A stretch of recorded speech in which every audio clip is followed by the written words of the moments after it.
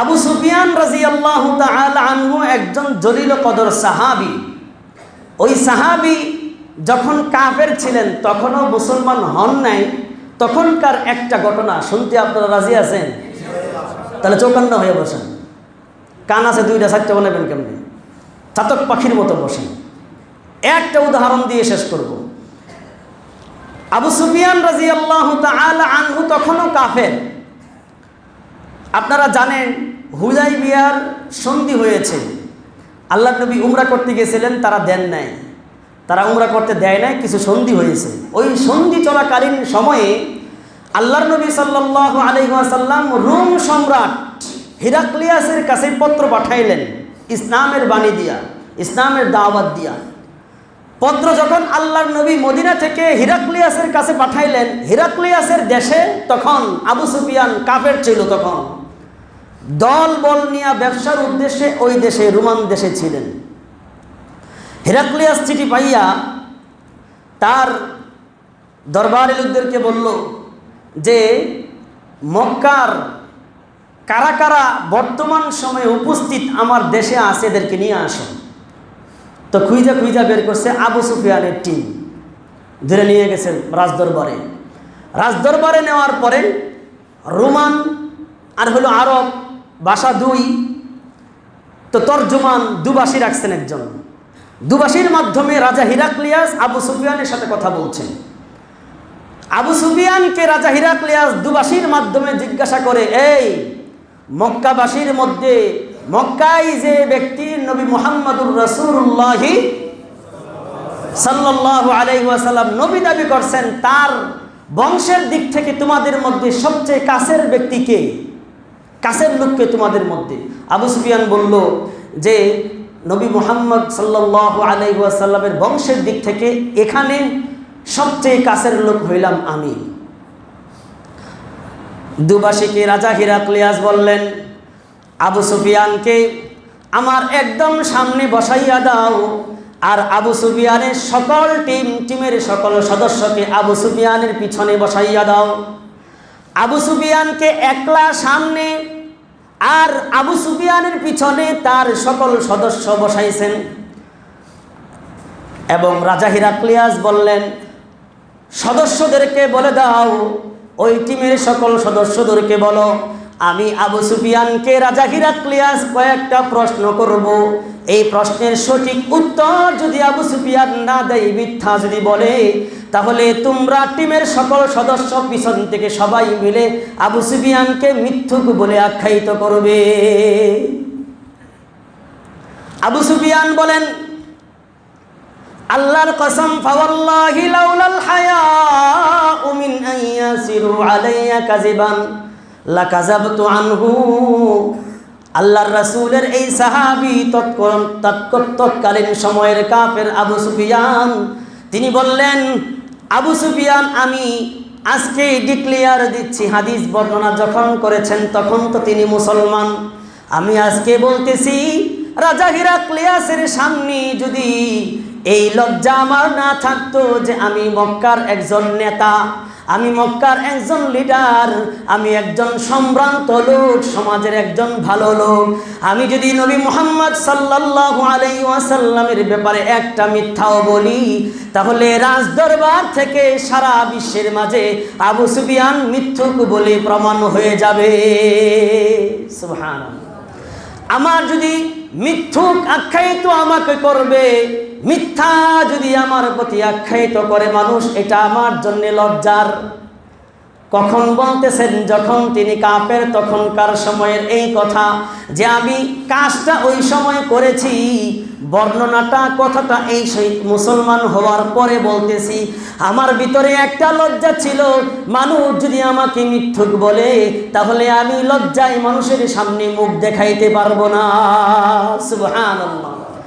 আমার দেশের সাতপন্থী নেতাদের কথাই বলি, 6 তারিখে যে তারা সংবাদ সম্মেলন করেছে, মঞ্চে যে কয়টা বড় বড় পাগড়িওয়ালা শয়তানি ছিল, ওই শয়তানগুলো সবগুলো সাতপন্থীর নেতাই ছিল, ঠিক কিনা বলেন? আপনি যাচাই করেন, আমার কথা বিশ্বাস করতে হবে না। যেই কথাগুলো বলেছে যাচাই করে দেখেন প্রত্যেকটা কথাই মিথ্যা বলেছে, ঠিক কিনা বলেন?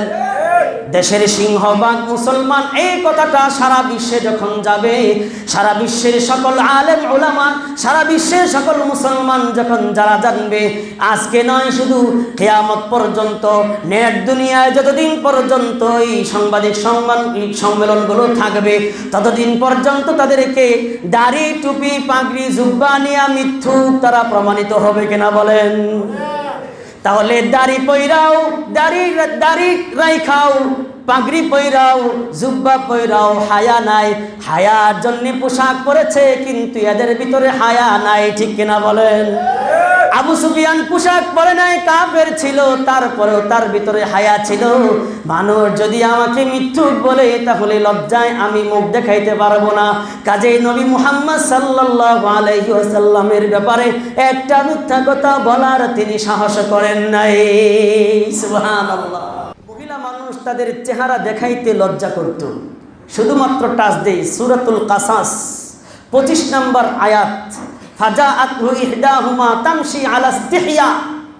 মুসা আলাইহিস সালামের ঘটনা পুরোটা বলবো না, শুধু টাচ দেই। মুসা আলাইহিস সালাম যখন শুআইব আলাইহিস সালামের 2 কন্যার সকল পশুকে পানি খাওয়াইয়া বিদায় করলেন, একটা গাছের নিচে মাদায়েন শহরে মুসা আলাইহিস সালাম বিদেশি মানুষ বৈশা রয়েছেন। তো মুসা আলাইহিস সালামকে নবী শুআইব আলাইহিস সালাম ওই মেয়ের বাবা, যে মেয়েরা পানি পান করাইছিল, যে মেয়েদেরকে মুসা আলাইহিস সালাম যে মেয়েদের পশুকে পানি পান করাইয়া দিছিল, ওই মেয়ের বাবা শুআইব আলাইহিস সালাম মুসা আলাইহিস সালামকে ডাকলেন, মেয়েকেই পাঠাইছেন। তখন কোরআন তাকে বলেছে এই হাঁটার যে ভঙ্গিমা, কথা বলার যে ধরন, এই ভঙ্গিমাও এবং ধরন, মেয়েরা কোন ধরনে হাঁটবে, মেয়েরা কোন ভঙ্গিমায় কথা বলবে এবং সমাজে কিভাবে চলবে, পুরাটাই কোরআনের এই আয়াতে আল্লাহ বর্ণনা করেছেন। সুবহানাল্লাহ। এই কথা বলার পরে যদি ইসলামিক জ্ঞান না থাকে রাগ করবে, যেমনটা করেছে গত সপ্তাহে। আজকে বললে আরো রাগ করবে। যদি ইসলামিক জ্ঞান থাকে তাহলে নিজেকে শুধরায়া নেবে। যখন আসলো আল্লাহ বলেন ইস্তিহয়া, লাজুক ভঙ্গিমাই মেয়েটা হেঁটে হেঁটে মুসা আলাইহিস সালামকে ডাকতে আসলো।